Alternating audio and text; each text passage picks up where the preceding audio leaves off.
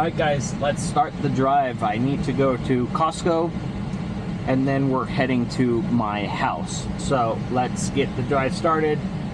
It's quite hot today, 91 degrees. Not great, but let's get it.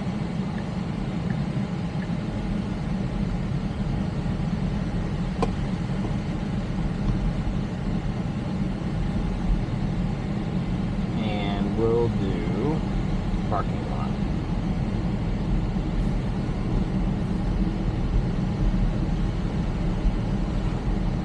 We are, I need to go to Costco because I don't know why the air is not very cold today, but need to go to Costco because I need to buy steak, ribeye steak, because we're gonna have a little party at my house for the World Cup. So it's gonna be fun, and also it was my birthday last week, so we're going to celebrate my birthday today together with the World Cup. Since everyone's getting together, we're just taking advantage of that situation. Also, there's a gas station. I don't need to use that anymore because I got a Tesla. It feels great to not have to stop at gas stations anymore. Honestly, it's a game changer. You just charge up at home, and the regular driving I do every day is like not even enough to run out of power, which is so funny to me.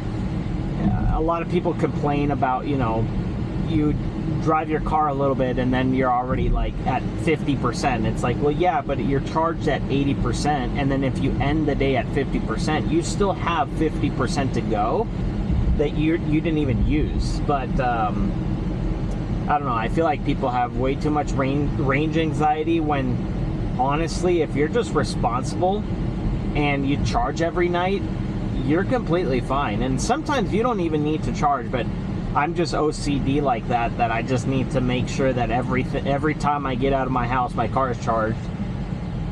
The one annoying thing about this is when at night, you know, that you need to go and plug it in. That's relatively easy because you kind of like get the power cable thing and then you just connect it, the charger, the wall charger. But the annoying part, I feel, what annoys me the most is in the mornings when I have to uncharge it, like disconnect it, sorry. That's more annoying to me because I need to then touch the cable to wrap it onto the wall charger. Again, my OCD, germaphobe mind, I don't like to touch the cable. I mean, that's kind of a dumb thing, but it's annoying because my hands are clean when I'm getting out of the house. I'm ready to go, and then I touch the dirty cable that touched the ground, and that annoys me quite a bit. So, and then I have to go back in, wash my hands before I leave. That just might be me, but that's one thing that annoys me. I wish Tesla came out with, there's a Tesla dealership right there, a bunch of Model Ys. I wish that they would come out with the, I don't know if you guys ever saw, Tesla was coming out with like a snake thing, that like a snake charger that would kind of lift itself up and then connect your Tesla. I mean, even if they charged the premium for that, like let's say $1,000 or something, I feel like it would be worth it. Obviously, depending on how your garage is structured, because in my garage, I wouldn't be able to do that because my garage is so small. You could barely fit 2 cars. But if it was a larger garage, it would be really nice to not have to worry about connecting and then disconnecting in the morning. Like if you had a schedule where in the morning at like 7 a.m. and unplugged your car and prepped your car to go, And kind of like with your schedules, like as soon as your schedule comes on, it unplugs it, and then you go. That would be so nice to have. And then when you get home, you just kind of back in, and then it plugs it into the charger. That would also be very nice, but they'll probably come out with something like that. I know that the robo-taxis, their plan for that is induction. I think that's what it's called, induction, where there's a pad on the floor and it charges with the pad. I think that's the future, but I think that could cause fires. So I think that they have to be very careful with that, because any type of wireless charging creates a lot of heat, and as you know, heat with batteries is not a great thing. So extreme heat, not normal heat. It's good to heat up the battery a little bit in the winter, but extreme heat is not good. So hopefully they figure something out with that. It would be nice to not have to deal with charging, disconnecting, connecting. Obviously this car, I'll have to buy a new car if that comes out. I probably wouldn't buy it immediately. I would probably wait till the technology kind of proves itself with the robo-taxis, and there's no robo-taxis burning, because I would hate to burn my house down because of the heat that would cause. So, but let's enjoy the ride. I'm gonna play a podcast and get going there. It would get you to watch. But if you really paid attention, as you obviously did over time, we did 350 of those things. And you would almost always find in every episode, not in every segment, but in every episode, you would find a buried love letter to entrepreneurship. And you would find a rumination on the dignity of work, and you would find humor that often exists on job sites but doesn't get baked into a lot of popular portrayals of work. The great dirty secret of dirty jobs, which nobody really believes to this day, but you will, because you watched for all these reasons. We probably featured 40 to 45 multimillionaires on that show. You would have never known it, because they were covered for something worse. What's the job that made the most money that would shock people? The answer will be one of the segments that was really about entrepreneurship. Again, it's the story nobody tells, but the business of mastering a trade and taking the reverse commute, right?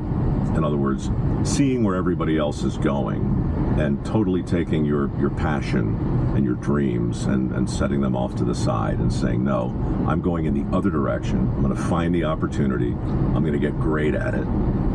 And then I'm going to find a way to love it.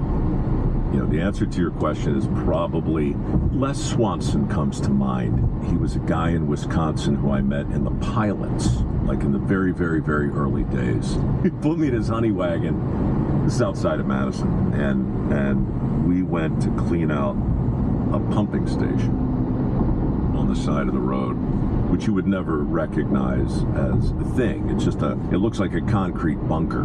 You probably drove past a couple on your way in, but when you go in, they go down 4 or 5 stories sometimes, and that's where all the crap accumulates in a given zip code.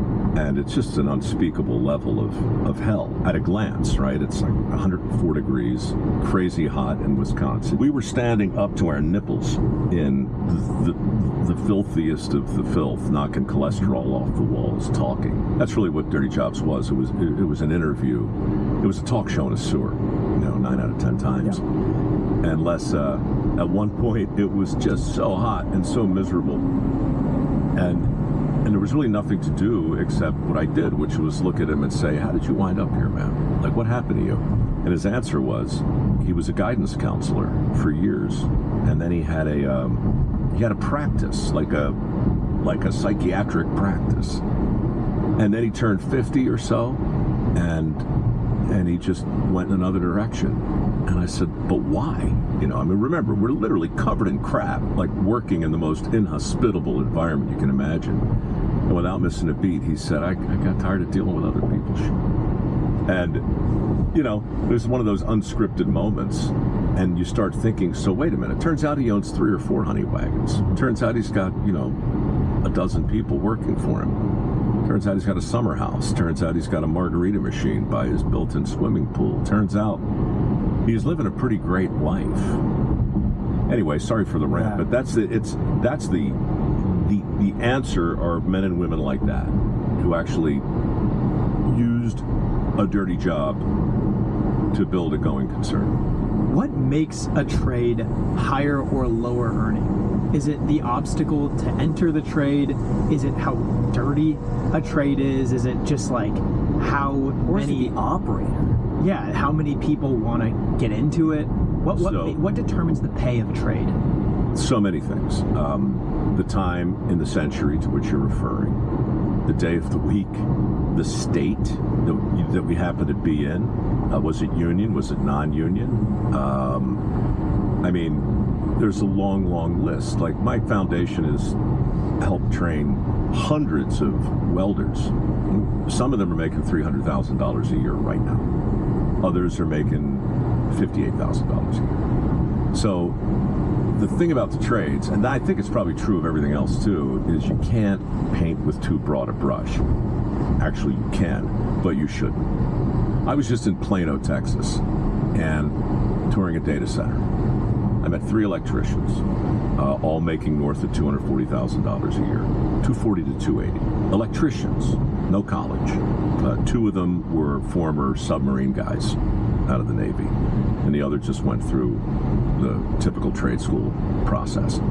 No debt, and the craziest part of the stat is they were all poached 3 times in the prior 18 months. Now, what's true in Plano right now with data centers might not be true in Boise, might not be true in Tallahassee. I don't know. But what I can tell you is the entire economy is flipped with regard to job security and with regard to the definition of a good job. Yeah. Now, a lot of people believe that the jobs market is weak, and the average American can't pay a $1,000 emergency. From your perspective, what's the reality on this? I think that's probably true, but I don't spend a lot of time agonizing over the plight of the average American. And I know that sounds kind of crappy, but I'm not running for office, right? I'm not even running for a renewal on a show.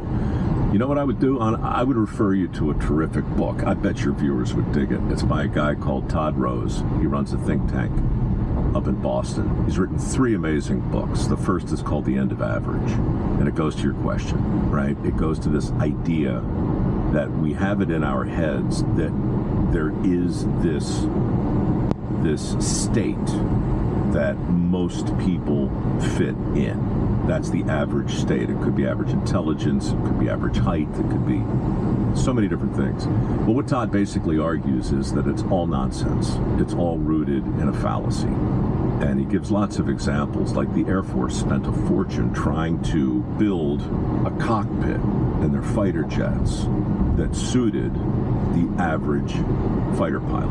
And what they wound up building was something that wasn't comfortable for anyone at all.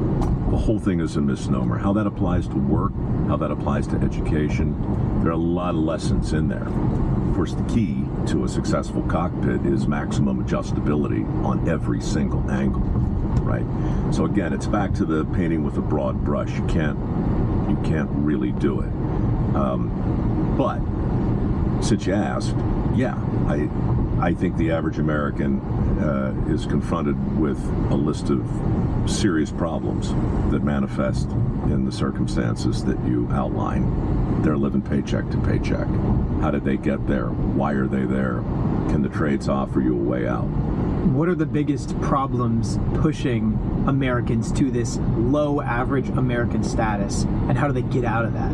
Interestingly, I think the hinge upon which your question relies is status.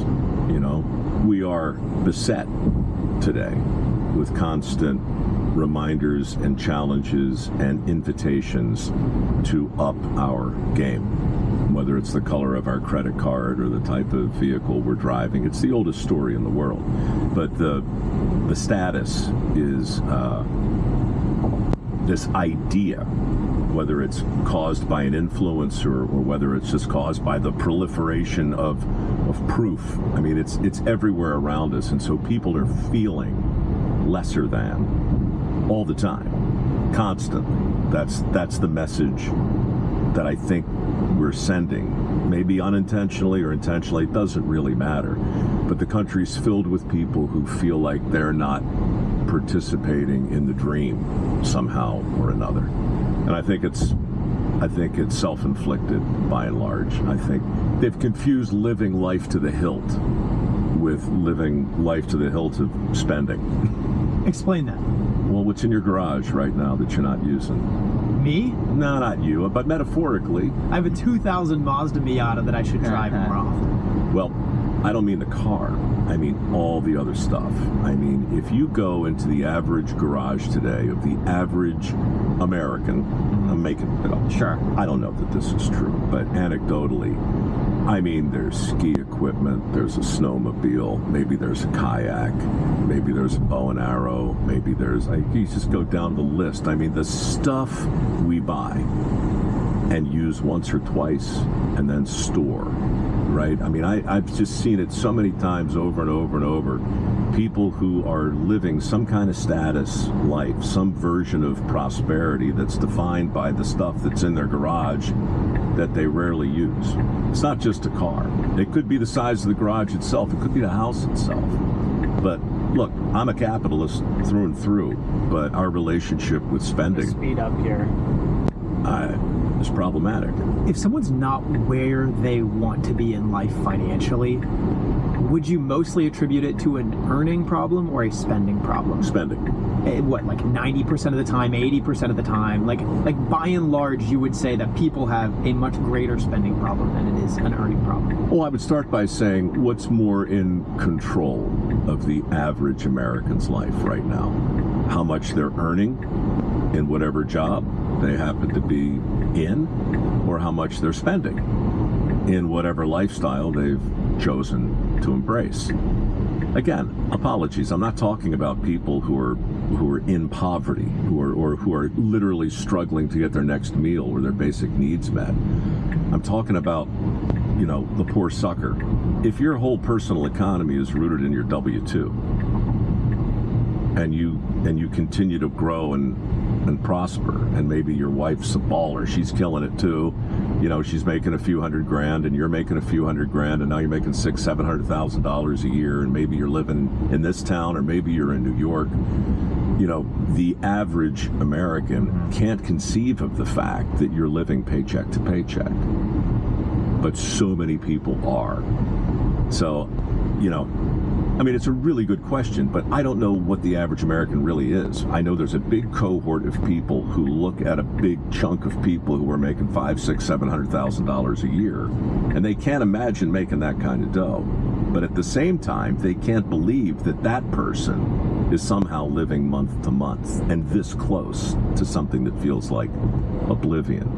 So look, there is no new advice, at least that I've heard recently, that can trump the idea of paying yourself every week, every month, investing broadly with a diversified portfolio with an eye towards asset allocation and a real discretionary bent toward fees and costs.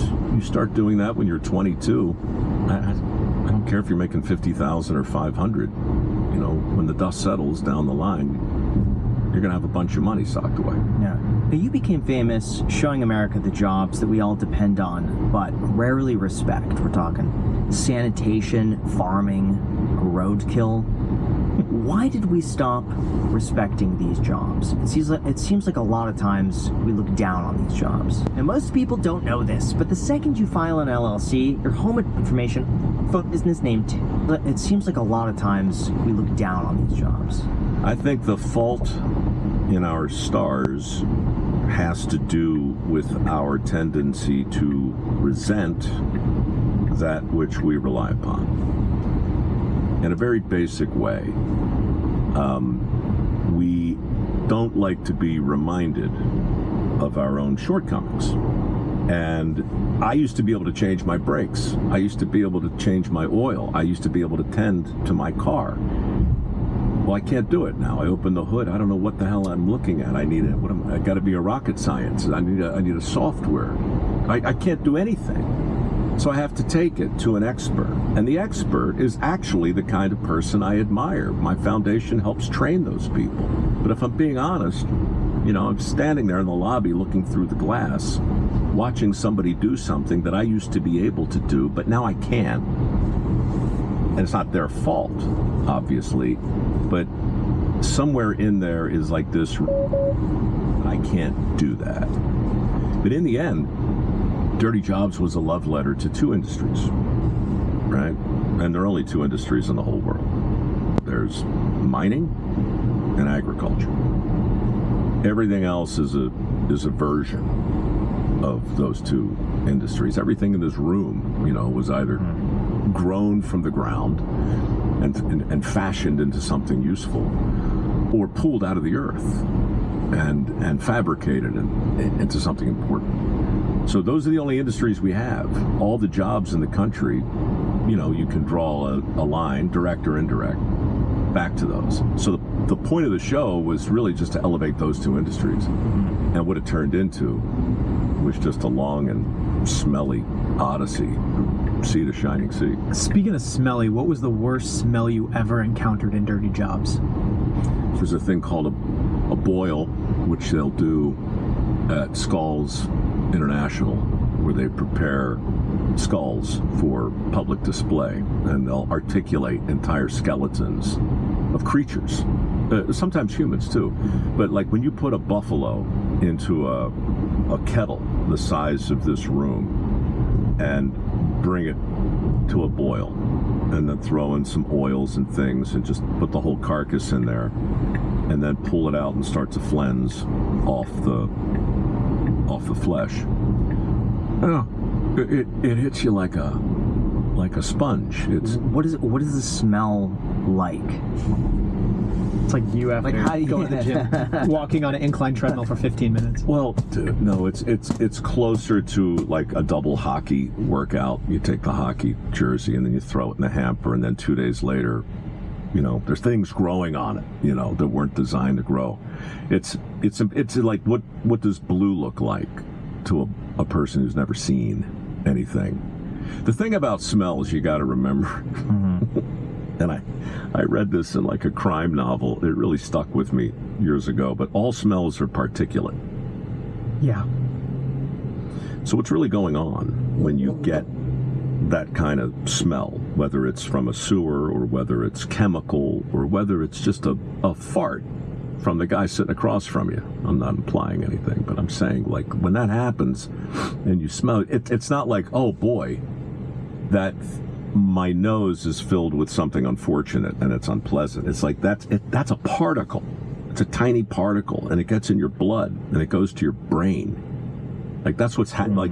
So it's like you're ingesting it. Something that just flew out of your ass seconds ago is now like in my brain. Is that harmful? It can't be good. I'm not an expert in this. Like area. I'm wondering. Yeah, that That's has probably to be for everything. It's to a probably certain some candles. degree. True. It's probably like walking on the dirty streets. They say some candles, believe it or not, in a closed room are not safe.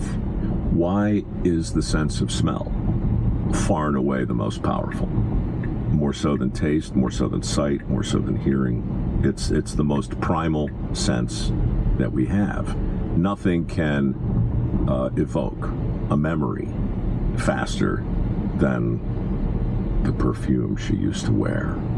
That's interesting. I think that there's more diversity in terms of what you can smell than the things that you can taste. But also, your nose is only ever assaulted. It's never like, it's very rare that you go out actively seeking out different smells. Your mouth, like if you want to taste something, you only ever really choose what you want to eat.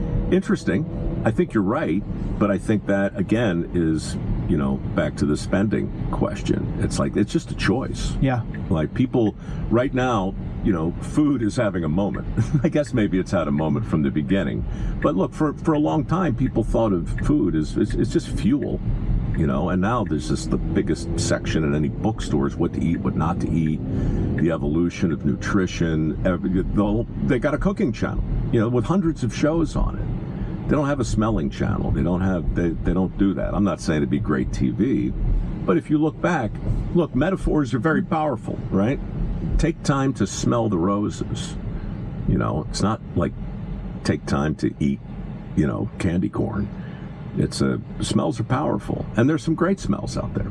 So you're still very involved in the trades. Within that community and outside of that community, do you think people are just getting more lazy, or they're valuing work-life balance? Nick Eberstadt, one of my favorite economists, who wrote a great book called Men Without Work, talks about the fact that there's 7 million able-bodied men right now who are not only not working, they're not looking for work, right? That's never happened in our country, not in peacetime. Anyway, 7 million men are not in the workforce. You're saying what's wrong with them? Well, I'm not saying what's wrong Maybe with they it. value work-life balance. I'm curious. Where's the balance, dude? Where's the balance? This is really important. Nick answers that question, but the first thing he says is, let's look at what they're not doing. Okay, 7 million able-bodied men not working. Okay, what are they doing? He says, well, they're not volunteering at their local church. They're not in the JCs. They're not in the Kiwanis Club. They're not in the Lions Club. They're not helping out with Skills USA or the Boy Scouts of America or the Future Farmers of America. They're not engaged in any way in any kind of civic connective tissue, which for a long, long time was the thing that you would do if you had some spare time and you had something to contribute. Like, none of that is happening. What his research bears out, unfortunately, is an average of 2,000 hours a year on a screen. No judgments. But are they lazy? Or did we create an environment where we said it was okay to do that with your life? Are we incentivizing? Are we disincentivizing? You know, and that's when it gets political. Half the country right now is going to look at that cohort and say, good for them.